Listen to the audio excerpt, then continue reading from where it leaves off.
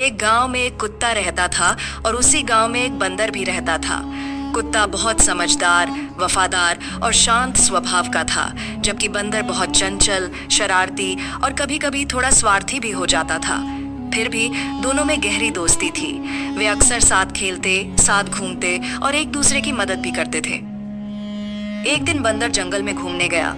पेड़ों पर कूदते फांदते हुए वह इधर उधर फल ढूंढ रहा था। तभी उसकी नजर एक चमकदार लाल टमाटर पर पड़ी जो घास के बीच पड़ा हुआ था। वह टमाटर बिल्कुल ताजा और रसदार लग रहा था। बंदर बहुत खुश हुआ और तुरंत उसे उठा लिया। उसने सोचा, आज तो मुझे बहुत स्वादिष्ट चीज मिली है, इसे मैं अकेले ही खाऊंगा।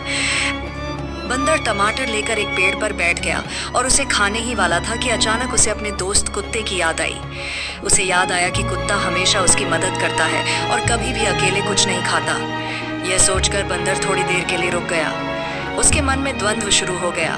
एक तरफ वह टमाटर अकेले खाना चाहता था और दूसरी तरफ दोस्ती निभाने का विचार उसे रोक रहा था। आखिरकार बंदर ने सही फैसला लिया।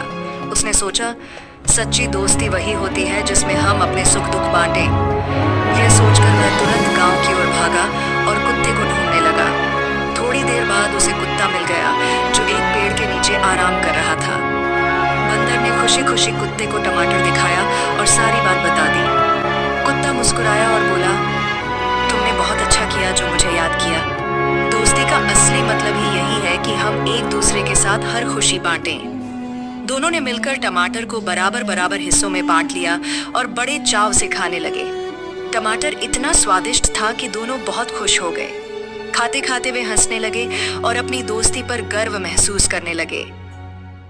कुछ समय बाद उसी जंगल में एक और घटना घटी। बंदर एक पेड़ से फल तोड़ रहा था, तभी उसका पैर फिसल गया और वह नीचे गिर पड़ा। उसे हल्की चोट लग गई और वह उठ नहीं पा रहा था। तभी कुत्ता वहां पहुंचा और तुरंत उसकी मदद की। उसने बंदर को सहारा दिया और धीरे धीरे उसे गांव तक ले आया। उस दिन बंदर को और भी अच्छी तरह समझ में आ गया कि सच्चा दोस्त वही होता है जो मुश्किल समय में साथ खड़ा रहे। बंदर ने कुत्ते का धन्यवाद किया और वादा किया कि वह हमेशा उसकी तरह समझदार और सच्चा दोस्त बनेगा। इसके बाद दोनों की दोस्ती और भी मजबूत हो गई। वे हर काम मिलजुल कर करते और कभी भी स्वार्थ नहीं दिखाते थे।